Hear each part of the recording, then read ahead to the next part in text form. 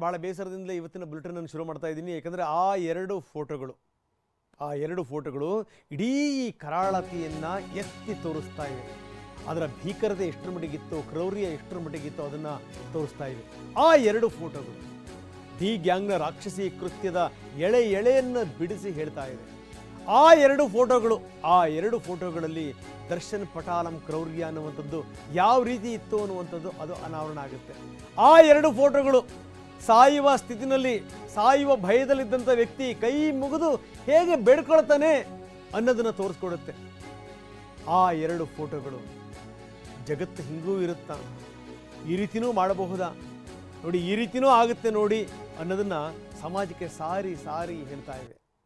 ಆ ಎರಡು ಫೋಟೋಗಳಿದೆಯಲ್ಲ, ಇದು ಬಹಳ ದೊಡ್ಡ ಸಾಕ್ಷ್ಯಗಳಾಗುವಂಥ ಎಲ್ಲ ಸಾಧ್ಯತೆಗಳಿದೆ. ಒಂದು ಕಡೆಗೆ ಏನು ಅಂತಂದರೆ ಅವನು ಕೈ ಮುಗಿದು ಕೇಳ್ತಿರುವಂಥ ಫೋಟೋ ಒಂದು ಕಡೆಗೆ, ಹಿಂದ್ಗಡೆಗೆ ನೋಡಿ ಲಾರಿ ಕಾಣ್ತಾ ಇದೆ ಹಿಂದ್ಗಡೆಗೆ, ಈ ಕಡೆಗೆ ಅವನು ಏಟು ತಿಂದು ಬಿದ್ದಿರುವಂಥ, ಪ್ರಜ್ಞೆ ತಪ್ಪಿ ಬಿದ್ದಿರುವಂಥ ರೇಣುಕಾಸ್ವಾಮಿ, ಅದರ ಪಕ್ಕದಲ್ಲೂ ಕೂಡ KA51 AF 0454 ಅದು ಯಾವುದೋ ಒಂದು ವೆಹಿಕಲ್ನ ಪ್ಲೇಟ್ ಕಾಣ್ತಾ ಇದೆ. ಎರಡು ಫೋಟೋಗಳು, ಈ ಎರಡು ಫೋಟೋಗಳನ್ನು ನೋಡಿದಾಗ ಗೊತ್ತಾಗುತ್ತೆ ಈ ಕ್ರೌರ್ಯ ಎಷ್ಟರ ಮಟ್ಟಿಗಿತ್ತು ಅಂತ. ಈ ಎರಡು ಫೋಟೋಗಳನ್ನು ನೋಡಿದಾಗ ಗೊತ್ತಾಗುತ್ತೆ ಬಹುಶಃ ಏನು ಅಂತಾರೆ, ಅವ್ರಿಗೆ ಮೈ ಮೇಲೆ ಅರಿವೇ ಇರಲಿಲ್ಲ ಹಲ್ಲೆ ಮಾಡುವಂಥವ್ರಿಗೆ ಅಂತ, ಅರಿವೇ ಇಲ್ಲದೇ ರಾಕ್ಷಸಿ ಕೃತ್ಯ ಎಸಗಿದ್ರು ಅನ್ನುವಂಥದ್ದು ಗೊತ್ತಾಗುತ್ತೆ ಈ ಫೋಟೋ ನೋಡಿದಾಗ.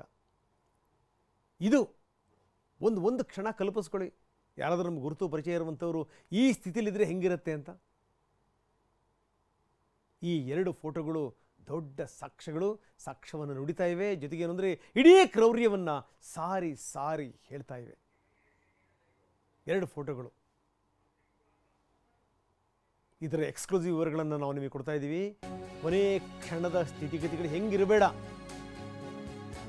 ಎರಡನೇ ಫೋಟೋದಲ್ಲಿ ನೆಲದ ಮೇಲೆ ಅಂಗಾತ ಬಿದ್ದಿದ್ದಾನೆ, ಕಣ್ಣಲ್ಲಿ ಗಾಯ ಇದೆ, ಕೈನಲ್ಲಿ ಗಾಯ ಇದೆ, ಎದೆ ಮೇಲೆ ಗಾಯಗಳಿವೆ. ಕೈ ಮುಗಿದು ಕೇಳಿಕೊಂಡ ಪ್ರಾಣ ಭಿಕ್ಷೆಯನ್ನ, ಯಾರು ಅವನ ಮಾತನ್ನು ಕೇಳುವಂತ ಸ್ಥಿತಿಲಿ ಇರಲಿಲ್ಲ. ಈ ನಾಟಕ ಮಾಡ್ತಾ ಇದ್ದಾನೆ ಇವನು ಅಂತ ಮತ್ತೆ ಹೊಡೆದ್ರು. ಅವಾಗ ರೇಣುಕಾಸ್ವಾಮಿ ಜ್ಞಾನ ತಪ್ಪಿ ಬಿದ್ದ. ಆ ದೇಹ ನೋಡಿ ಏನು ದೊಡ್ಡ ಆಳ, ಇಷ್ಟೊಂದು ಜನ ಸೇರ್ಕೊಂಡು ಹೊಡೆಯೋಕ್ಕೆ. ದೊಡ್ಡ ಪೈಲ್ವಾನ ಅವನು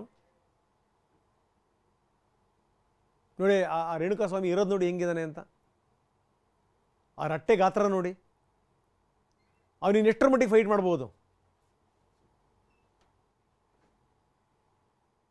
ಮೊದಲೇ ಸಣಕಲ ದೇಹ, ಮೇಲಿಂದ ಮೇಲೆ ಬಿದ್ದಂಥ ಏಟುಗಳು.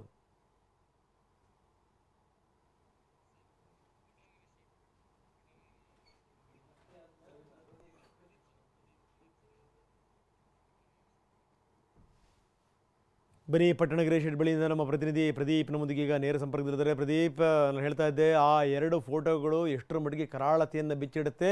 ಆ ಎರಡು ಫೋಟೋಗಳು ಅದು ಎಷ್ಟರ ಮಟ್ಟಿಗೆ ಕ್ರೌರ್ಯವನ್ನು ಸಾರಿ ಸಾರಿ ಹೇಳ್ತಾ ಇದೆ.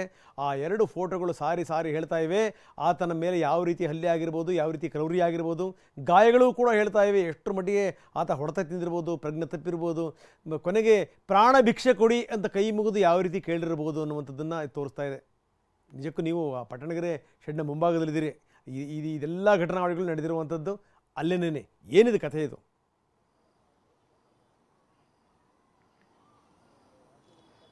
ರಂಗನಾಥ, ರೇಣುಕಾಸ್ವಾಮಿ ಹತ್ಯೆ ಪ್ರಕರಣದಲ್ಲಿ ಆತನನ್ನು ಯಾವ ರೀತಿ ಭೀಕರವಾಗಿ ಹತ್ಯೆ ಮಾಡಿದೆ ಅನ್ನೋ ಒಂದು ವಿಚಾರ ಈಗ ಆಲ್ರೆಡಿ ಬಯಲಾಗಿರುವಂಥದ್ದು.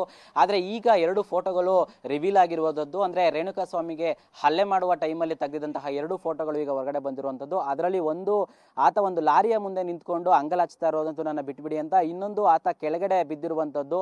ಸೊ ಈ ಒಂದು ಎರಡು ಫೋಟೋದಲ್ಲಿ ಗಮನಿಸಬೇಕಾಗಿರೋದು, ಒಂದರಲ್ಲಿ ಆತ ಸಂಪೂರ್ಣವಾಗಿ ಅಂದರೆ ಮೇಲ್ಗಡೆ ಬನಿನ್ ಕೂಡ ಇರಲಿಲ್ಲ, ಆ ರೀತಿಯಾಗಿ ಸ್ಥಿತಿಯಲ್ಲಿ ಆತ ಬೇಡ್ಕೊಳ್ತಾ ಇರೋದು. ನಂತರ ಆತ ಕೆಳಗಡೆ ಬಿದ್ದಿರ್ಬೇಕಾದ್ರೆ ಬನಿನ ಹಾಕಿಕೊಂಡು ಮತ್ತು ಜೀನ್ಸ್ ಪ್ಯಾಂಟ್ ಅಲ್ಲಿ ಬಿದ್ದಿರುವಂಥದ್ದು. ಅಂದ್ರೆ ಆತನ ಬಟ್ಟೆಯನ್ನು ಸಂಪೂರ್ಣವಾಗಿ ಬಿಚ್ಚಿ ಹಲ್ಲೆ ಮಾಡಿದ್ರು ಅನ್ನೋ ಒಂದು ಮಾಹಿತಿ ಇತ್ತು. ಅದು ಕೂಡ ಈ ಫೋಟೋದಲ್ಲಿ ಈಗ ಕನ್ಫರ್ಮ್ ಆಗ್ತಾ ಇರೋದು. ಇನ್ನು ಆತನನ್ನ ಹಲ್ಲೆ ಮಾಡಿದ ನಂತರ ಆತನಿಗೆ ಬಟ್ಟೆ ಹಾಕಿರ್ತಾರೆ, ಆದರೆ ಆತ ಕೆಳಗಡೆ ಬಿದ್ಬಿಡ್ತಾನೆ ಅಷ್ಟೊತ್ತಿಗೆ. ಅಂದ್ರೆ ಆತನಿಗೆ ನಿತ್ರಣ ತಪ್ಪಿ ಆತ ಕೆಳಗಡೆ ಬಿದ್ದಿರುವಂಥದ್ದು. ಸದ್ಯಕ್ಕೆ ನಾನೀಗ ಆ ಘಟನೆ ನಡೆದಂತಹ ಅಂದ್ರೆ ಆ ಫೋಟೋಗಳು ಸಾಕ್ಷಿಯಾದಂತಹ ಸ್ಥಳದಲ್ಲಿ ಇರುವಂಥದ್ದು ದೃಶ್ಯದಲ್ಲಿ ನೀವು ನೋಡ್ಬೋದು. ಪಟ್ಟಣಗೆರೆಯಲ್ಲಿರುವಂತಹ ಇದೇ ಶೆಡ್ನಲ್ಲಿ ರೇಣುಕಾಸ್ವಾಮಿ ಮೇಲೆ ಭೀಕರವಾಗಿ ಹಲ್ಲೆ ಆಗಿರುತ್ತೆ, ತದನಂತರ ಆತನ ಕೊಲೆ ಆಗಿರುತ್ತೆ. Intact auto park India private limited ಅಂತ ಈ ಒಂದು ಶೆಡ್ಗೆ ಹೆಸರನ್ನ ಇಟ್ಟಿರುವಂತದ್ದು. ಅಂದ್ರೆ ಜಯಣ್ಣ ಫಾರ್ಮ್ ಹೌಸ್ ಅಂತ ಫಾರ್ಮ್ ಅಂತ ಕರೀತಾರೆ ಈ ಒಂದು ಶೆಡ್ ಇದು. ಇಲ್ಲಿ ಸುಮಾರು 1,000ಕ್ಕೂ ಹೆಚ್ಚು ವಾಹನಗಳನ್ನು ನಿಲ್ಲಿಸಬಹುದು. ಈಗ ನೀವು ದೃಶ್ಯಾವಳಿದಲ್ಲಿ ಸಹ ಗಮನಿಸಬಹುದು. ಈ ಒಂದು ಪಟ್ಟಣಗೆರೆ ಶೆಡ್ನ ಅಂದ್ರೆ ಈ ನೇರವಾಗಿ ಕಾಣ್ತಾ ಇರುವಂತಹ ದೃಶ್ಯದಲ್ಲಿ ಅಲ್ಲೊಂದು ಮನೆ ಕಾಣ್ತಾ ಇದೆ. ಆ ಮನೆಯ ಬಳಿ ಈ ಒಂದು ಹಲ್ಲೆ ನಡೆದಿದ್ದು, ಜೊತೆಗೆ ಅಲ್ಲಿ ಎಲ್ಲರೂ ಸೇರಿ ರೇಣುಕಾಸ್ವಾಮಿ ಮೇಲೆ ಹಲ್ಲೆ ಮಾಡಿ ಆತನನ್ನ ಕೊಲೆ ಮಾಡಿದ್ದಕ್ಕೆ ಈ ಒಂದು ಪಟ್ಟಣಗೆರೆ ಶೆಡ್ ಇಲ್ಲಿ ಸಾಕ್ಷಿಯಾಗಿರುವಂತದ್ದು. ಈ ಒಂದು ಪಟ್ಟಣಗೆರೆ ಗೇಟ್ ಏನಿದೆ, ಗೇಟಿನ ಸಂಪೂರ್ಣ ಆಚೆ ಅಂದ್ರೆ ಆ ಕೊನೆ ಒಂದು ಬಸ್ಗಳು ಏನ್ ನಿಂತಿದೆ ಆ ಬಸ್ಗಳ ಬಳಿ ಆ ಒಂದು ಏನು ಹಲ್ಲೆಯ ಅಡ್ಡ ಅಂತ ಹೇಳ್ತಿದ್ರೆ ಆ ಅಡ್ಡ ಅದಾಗಿರುವಂಥದ್ದು. ಇನ್ನು ಇಲ್ಲಿ ಸೆಕ್ಯೂರಿಟಿ ರೂಮ್ ಇರುವಂಥದ್ದು ಫ್ರಂಟ್ ಅಲ್ಲಿ.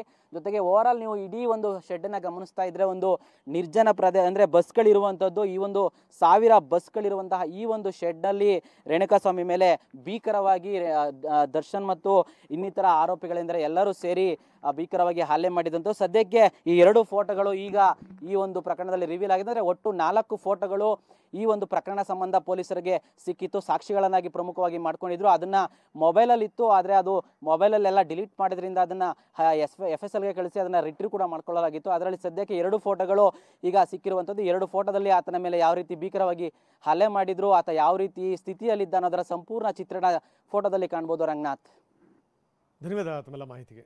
ಇದು